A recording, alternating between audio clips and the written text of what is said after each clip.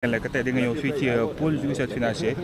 pour daal def benn plainte par rapport ak ce dossier Azer d'abord loolu ñu mën wax ci loolu Thierno. waaw ñëw naa tey comme ni ma ko waxee woon déposer ab plainte ci mbirum électrification rurale bi nga xam ne dafa soxaloon juróomi région ci biir Sénégal muy région Louga Saint-Louis Kaffrine Kédougou ak Tambacounda waroon door depuis juin 2024 ci la ñu joxe woon avance de démarrage may fàttali rek que marché boobu mu ngi toll woon ci ñeenti téeméer ak juróom milliards 91 milliards ak donc 91 mooy juróom ñeenti fukk ak benn milliard te waroon électrifier lu toll junni ak juróomi téeméeri dëkk donc junni ak juróom téeméeri dëkk bu démarré ci diiru 36 mois maanaam ñetti at donc tey waroon na xaaj waroon nañu gis au moins lu tolloog junni wala ay juróom-ñetti téeméeri dëkk yoo xam ne électrifié nañ ko waaye marché bi dafa démarré rek amay tolof-tolof ndax dañu gis ni que dañu déposer avance de démarrage bi ak avance sur dépenses engagées lu tolloog fanweer ak juróom-ñaari milliards bañ ko déposé jox ko entreprise bi waroon def liggéey bi muy AE Power EPC ñu teg ci ñaari weer rek banque espagnole bi nga xam ne moom moo doon financer mbir mi artu Sénégal ne leen xaalis bi mu ngi dugg foo xam ne xamuñu kon donc man bu ngeen ko leeralul damay dakkal financement bi booba léegi financement baa ngi dakk ça veut dire leeral yi nga xam ne loolu la espagnol yi doon séentu ñëwagul lu toll nag at septembre 2024 ba octobre 2025 mbir moomu tën a leer marché bi taxaw na loolu waroon na soxal képp kuy sénégalais rawatina le justice Sénégal parce que dégg nañ coow li boobu ba léegi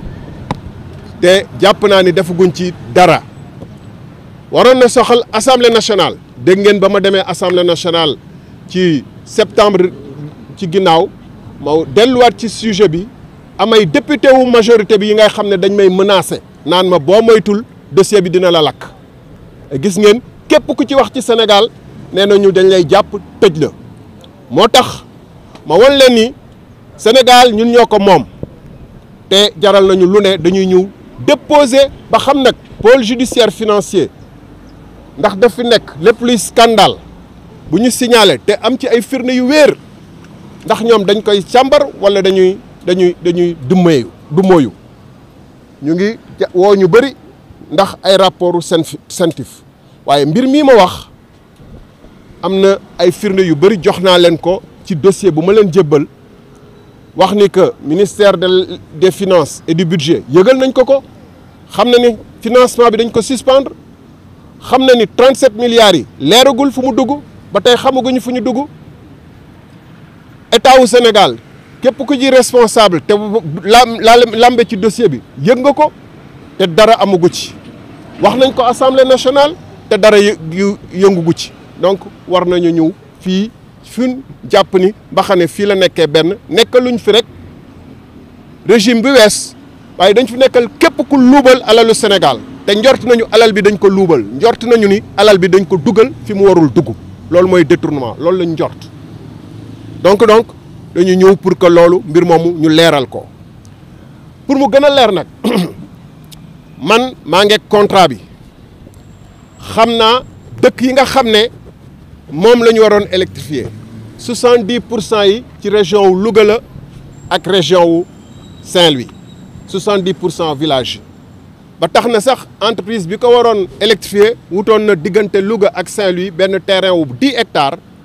pour tax def fa usine poteau béton yi nga xam ne moom la ñu waroon soxla pour def liggéey bi fii ñu toll temm bu fekkee ne liggéey bi tàmbale woon na ba sori parce que 37 milliards la ñuy wax lu toll ak juróom benn téeméeru dëkk la waroon électrifier da doon fekk ni chantier yaa ngi dem donc maa ngi invité presse bi ne leen man mii naa dem tourner ci dëkk yi nga xam ne moom la ñu waroon électrifier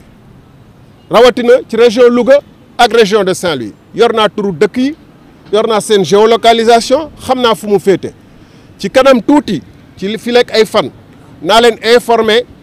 début wu tournée boobu ku mu soxal ci yéen te Sénégal ñor ko te dëgg bi tamit ñor ko maa ngi koy invité ñu ñëw ànd dem seeti fi nga xam ne nee nañu foofu la ñu waroon électrifier ci dans le cadre du périmètre muy 5 régions yi nga xam ne marché de base bi moom la concerné loolu laa amoon li may wax ci njëlbeen bi ma wax ko ci nasaraan. Je suis venu ce jour déposer une plainte contre X dans le cadre d'un marché d'électrification rurale qui devrait couvrir 1600 villages dans les régions de Louga, Saint-Louis, Kaffrine, Kédougou et Tamba. Ce marché devrait être financé par la banque espagnole Santander et l'avance de démarrage a été délivrée le 11 juin 2024, c'est-à-dire il y a 16 mois. En septembre 2024, il y a plus d'1 an, la banque Santander alertait les autorités sénégalaises concernées que les 37 milliards étaient sans doute en train d'être utilisés à d'autres fins que l'électrification rurale des villages dans le périmètre concerné. Ce dossier a fait l'objet de multiples rebondissements dont il n'est pas utile que je revienne ici dans les considérations techniques. Je m'en suis largement exprimé par ailleurs. Ce que je veux dire aujourd'hui, c'est que le marché est à ce jour, le financement est à ce jour suspendu. Ce qui est la preuve que les preuves attendues par la Banque Santander ne sont pas encore délivrées. Le marché reste suspendu. On devrait être à mi-parcours puisque le marché devrait être sur 36 mois. On a déjà couvert près d'une vingtaine de mois depuis le 11 juin ou plus de 18 mois depuis le 11 juin 2024. Donc, il devait être à mi-parcours. On aurait dû voir au moins 700-800 villages électrifiés dans le cadre de la zone concernée. Puisqu'il est difficile aux autorités sénégalaises de prouver où est-ce que l'argent est rentré, puisque quand on soulève les questions, on fait l'objet de menaces. Je l'ai fait à l'Assemblée nationale du Sénégal et je me suis fait attaquer par plusieurs députés qui devaient défendre la République, mais qui défendent leur parti, qui m'ont dit que je risquais d'être électrocuté par ce problème. Vous avez suivi les derniers développements qui représentent une menace pour dire aux gens, vous n'avez pas le droit de soulever le couvercle sur ce problème-là. Nous le soulèverons. Non seulement nous le soulèverons le couvercle, mais je connais les villages qui sont concernés par le marché de base. J'ai la liste. 70% de ces villages se trouvent entre les régions de Louga et de Saint-Louis. À tel point d'ailleurs que l'usine de poteaux-béton qui devrait être fabriquée pour le marché, les poteaux-béton qui devraient être fabriqués pour le marché, est installée entre la région de Saint-Louis et la région de Toulouse, où devrait être installée, puisqu'un terrain de 10 hectares avait été acquis par l'entreprise AEPA Sénégal pour fabriquer ces poteaux-béton. Eh bien, nous irons dans les régions de Louga et de Saint-Louis, s'il plaît à Dieu. Nous irons dans les principaux villages qui figurent dans le marché. Et j'invite les Sénégalais qui se sentent concernés, notamment la presse, à suivre. Dans les prochains jours, nous vous dirons quand est-ce que nous nous y rendrons et les villages qui devraient être concernés par le marché de base. Nous verrons si c'est moi qui me trompe, s'il y a des chantiers effectivement sur le terrain, s'il y a le travail qui progresse, s'il n'y a aucun problème, parce que s'il n'y a aucun problème, on devrait trouver des villages en train d'être électrifiés. Ou si alors, c'est le désert. Et en ce moment, les Sénégalais apprécieront. Par quoi je voudrais terminer. Je suis venu au pôle judiciaire financier qui est au devant de l'actualité et dont les pouvoirs qui a été créé et nanti de pouvoirs suffisants pour pouvoir se saisir de ce genre de problème. Les indices probants sont assez importants puisque le pôle judiciaire financier fait l'objet et au devant de la scène, devant de l'actualité, et convoque tous azimuts. Je pense que cette question qui agite l'actualité depuis plusieurs mois, qui a été débattue à l'Assemblée nationale, qui a fait l'objet de longs articles de journaux, qui concernent nos relations avec un pays étranger. J'espère que cette question sera aussi examinée avec toute la diligence et la rigueur nécessaires. Parce que nous pensons et nous espérons que la justice, elle est là pour tous. Elle n'est pas là pour un camp contre un autre camp. Je vous remercie de votre aimable attention. gis nañu Pape Mahawa Diouf wax na ci ñu jaat ko toppee division Fass Nouvelle ba nee na devant la barre et il a dit que il a même utilisé mots yi nga prononcé ci sa fan yi ci ni kat am na détournement. Je suis bien au courant des développements intervenus dans l'affaire qui concerne.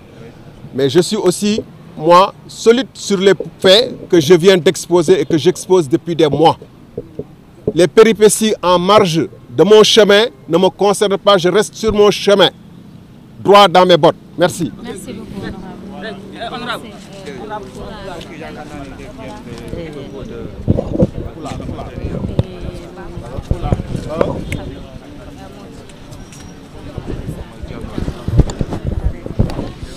jërëjëf merci beaucoup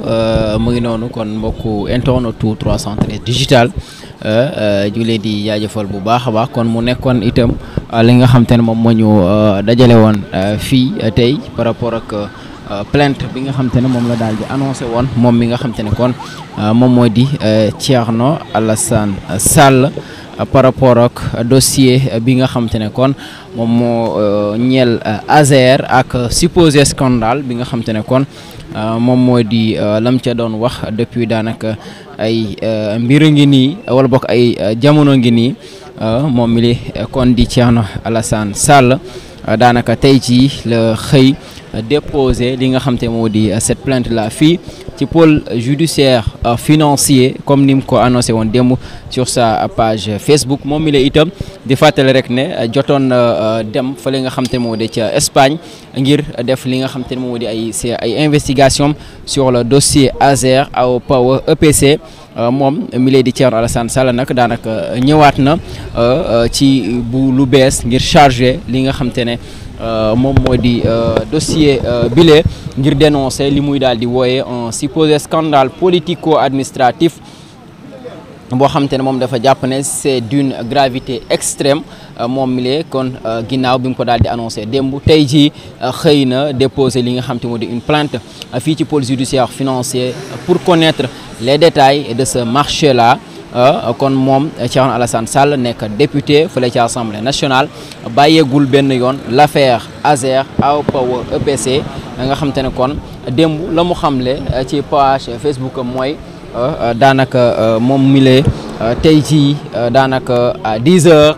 dina ñëw fii ci pôle judiciaire financier ngir daal di kon déposer dans le cadre du marché d'électrification rurale bi nga xam te ne dañ ko daal di attribuer Aw Power EPC te li ni mel waa Azer daal di ko def ñu ne nag cette plainte est le nouvel acte posé par le député nga xam te ne kon dafay daal di wala bokk effectué woon na déjà un voyage ci jamono yële ñi weesu foofu nga xam te moo di ca Espagne il y a quelques semaines pour investiguer sur ce marché là ginnaaw itam bi mu ñibbisee woon fi nga xam te moo di ca biir réew mi il avait soutenu que l'affaire dite de Lazergate constitue un scandale politico-administratif boo xam te ne c'est d'une gravité extrême compromettant la crédibilité du Sénégal en soulevant de sérieuses interrogations quant au respect des principes de bonne gouvernance et de l'état de droit loolee la xamle woon bi nga xam te ne kon jóge woon na ca bitim réew foofu ca Espagne ñëwaat fii nga xam te ne kon moom moo di ci biir réew mi moom il cite des ingérences politiques manifestes yoo xam te ne kon